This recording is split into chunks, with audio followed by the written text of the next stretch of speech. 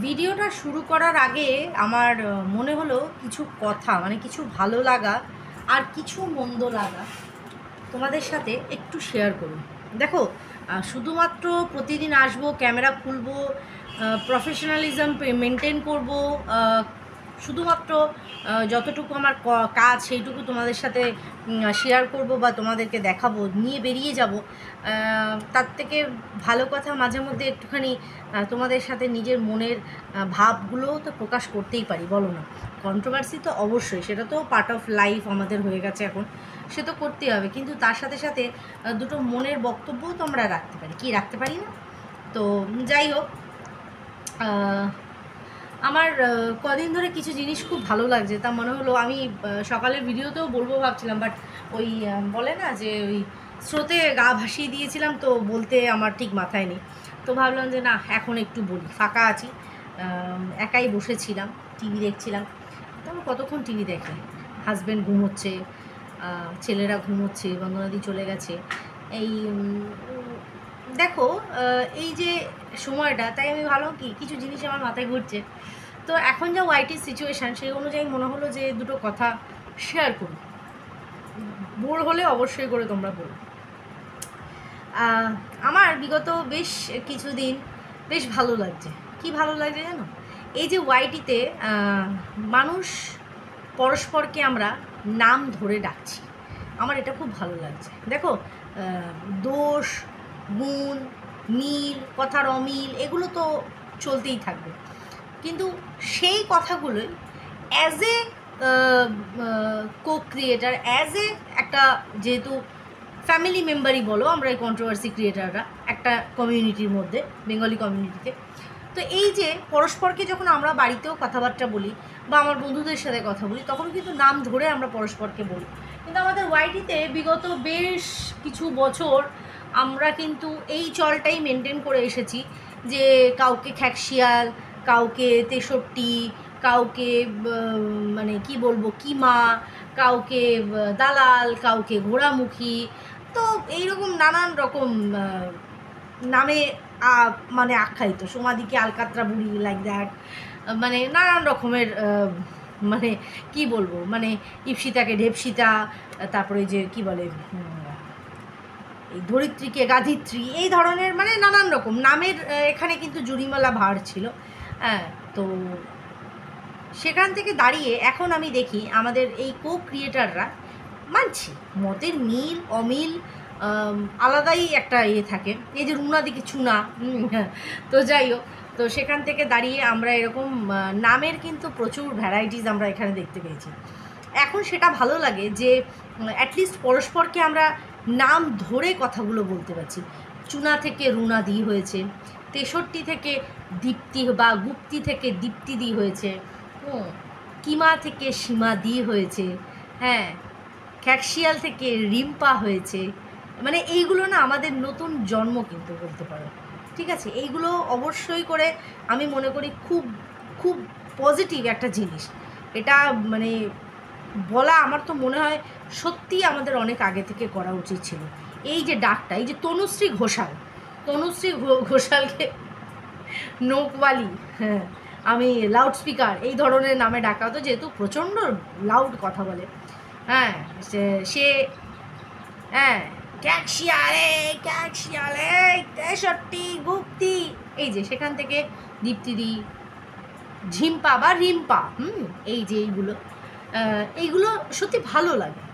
ভালো লাগে এই অর্থে যে না, চলো, আমাদের মতের অনেক অমিল থাকতে পারে, আমরা তবুও একটা জায়গায় এসে আমরা পরস্পরকে তাদের বেসিক যে সম্মান, মানে ভগবানের মা বাবার দেওয়ার যে নামটা, সেই নামটাতে তাকে আখ্যায়িত করছি, বিকৃত করছি না, তাকে অপমান করছি না। কিন্তু কিছু সংখ্যক মানুষ ওয়াইটিতে রয়েছে, তাদের দেখে সত্যি আফসোস হয়।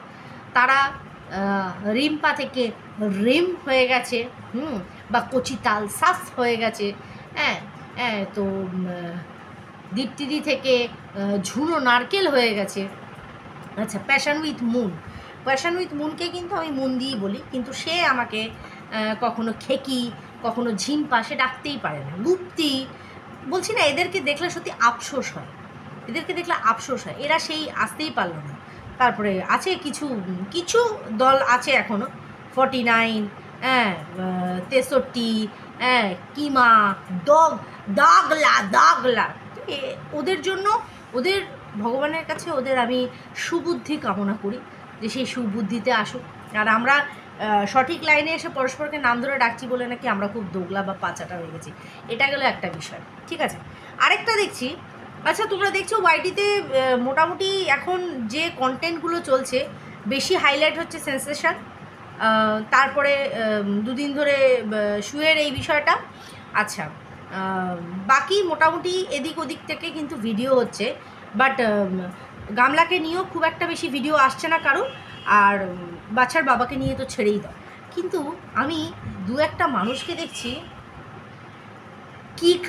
মানে কি বলদের মতন বাচ্চার বাবার ছবি চিপকিয়ে চিপকিয়ে তাকে ডিফেন্স করছে বলে এমনভাবে ভিডিও করছে, মানে ধারণার বাইরে। দেশদ্রোহী, তোরা এই, তোরা ওই, তোরা সেই বলেছিস, তোরা সেই করেছিস, তোরা এই করেছিস, মানে কেউ তাকে দেখছে না।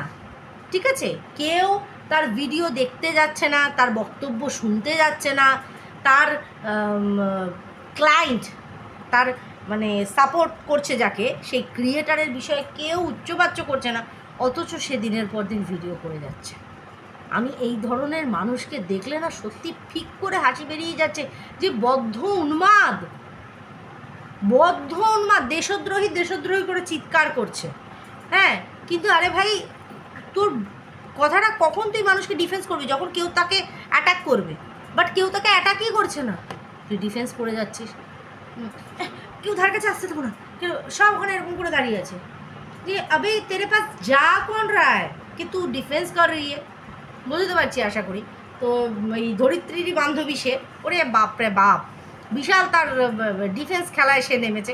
হাসিও পায় এদেরকে দেখলে। দেখো, ধরিত্রীকে তবুও আমার কোথাও না কোথাও পছন্দ হয়, তাকে আমার কোনোদিনই পছন্দ করতে হবে। ঠিক আছে, যাই হোক, তার আগে বলি welcome back to my channel. কেমন আছো তোমরা সবাই? আশা করি সবাই ভালো আছো, আমিও ভালো আছি। দিনের সেকেন্ড ভিডিও নিয়ে চলে আসলাম তোমাদের কাছে। আর অবশ্যই করে ভিডিওর প্রথমে বলা কথাগুলো আমি ভীষণভাবে ফিল করছিলাম, তাই তোমাদের সাথে শেয়ার করলাম। আশা করি তোমরা বোর হওনি। এইবার চলে আসি শু। হ্যাঁ রে শু, এই মানুষটার জন্য তুই আমার নামে জিডি পর্যন্ত করতে চলে গেছিস। আজকে কিছু কথা ভালো শেয়ার করি। জিডি করতে চলে গেছিলিস কারণ তোর হাজব্যান্ডের অ্যাড্রেস, মানে দোকানের যেখানে তিনি কাজ করেন, তো সেখানের অ্যাড্রেস রিভিল হয়ে গেছিলো আমার দ্বারা। তো সেই কারণে মানে আমার কমেন্ট সেকশানে কেউ একজন কমেন্ট করেছিল, মেবি সেখানে আমি লাভ রিয়াক্ট দিয়েছিলাম, সামথিং লাইক দ্যাট। তো তুই সেখানে আমার নামে জিডি করতে চলে গেছিলিস। আজকে সেই মানুষটার বিষয় তোকে ওয়াইটিতে এসে বলতে হচ্ছে যে সেই মানুষটা তোকে ছিনাল, এত বড় কথা বলেছে। না দেখ, অ্যাকচুয়ালি কী বলতো, দাদার ক্যারেক্টারটা আমরা সবাই দেখছি, তো তো হট করে না আমাদের কারোর বিশ্বাস হচ্ছে না যে তোকে এই এত বড় কথাটা সে বলেছে। ঠিক আছে, যদিও বা সে চুপচাপ থাকে। এবার একটা সময় কিন্তু আমি দাদা নমস্কার, একদম আর নমস্কার করবো না আপনাকে। তো বড় সাহস, হ্যাঁ, আমার বান্ধবীকে চিনাল বলো? রাগ করো না কেউ, অবশ্যই করে শু আমার বান্ধবী। হ্যাঁ, তো বড় সাহস, অনেক হয়েছে, বহুত হুয়া সম্মান হয়েছে অনেক, আর কোনো নমস্কার আমার দাদা নমস্কার একদম। তো অবশ্যই করে মানে আমার মাথা পাতা গরম হয়ে গেছে। হ্যাঁ, সকালবেলা উঠে রান্না বান্না সমস্ত কিছু করে দিয়ে মুখের সামনে ধরছে, তারপরেও শান্তি নেই। হ্যাঁ, দজ্জাল বউ বলেছে। রাগ করিস না এটাতে, আমাকে তো দিদি 10 বার বলে, আমি দজ্জাল না, মানে আমি দাঁত খেলাই তাকে না, এদিকে একদিনে হাসিতেই বলবে দাঁত খেলাই। ও সারা কিছু হলেই আমি এরকম সার্টিফিকেটটা দেখিয়ে দিই, মানে আমাদের রেজিস্ট্রি। তখন বলে ইয়ার্কিটা বোঝে না, মানে এরকম একটা ব্যাপার আর কি। তো অ্যাকচুয়ালি তোদের মধ্যেও সেই বন্ডিংটা দেখেছি। তো তো হঠাৎ করে এরকম জিনিসটা সবারই ডাইজেস্ট হতে একটু অসুবিধা হচ্ছে। বাট তোর চোখ মুখটা ভাই আমার ভালো লাগছে না, চোখ মুখ বড্ড মানে ডাল হয়ে গেছে, বোঝাই যাচ্ছে। একটা ভেতরে ভেতরে যে একটা চিন্তা বা একটা অশান্তির মধ্যে দিয়ে তুই যাচ্ছিস, সেটা বোঝা যাচ্ছে। দেখ, আমি সেই সময় গেছে, আজকে যদি সেই আগের টাইম হতো না, তোকে নিয়ে যে কী খিল্লি আমি ওড়াতাম, কিন্তু বিশ্বাস কর কোথায় যেন আমার সেই খিল্লিটা আসছে না, যে মানে তোকে নিয়ে যে আমি খিল্লি করবো। আমি ভিডিওটাও করতাম না কালকে, তুই যেহেতু রিম্পা বলেছে আমি ভিউজের জন্য না, আমি ওই কথাটা তোকে উল্লেখ করে বলিনি। আমি কটাক্ষ করে এটা বলেছি যে মা কি ভিউজ, সে তো ঘন্টায় এরকম হয়ে যাচ্ছে, সে এই সব ভিউজের কী দরকার। মানে আমি এইভাবে বলতে চাই, তুই ভিউজ কামানোর জন্য এখানে নটাঙ্কি করছিস, আমার উদ্দেশ্যটা সেটা বলার ছিল না। সেই কারণের জন্যই আমি মনে হলো যে ভিডিওটা করি, যেহেতু তুই নাম ধরে ধরে রিম্পা এটা বলেছে, মানে টাইপস হয়ে গেছে নিশ্চয়ই।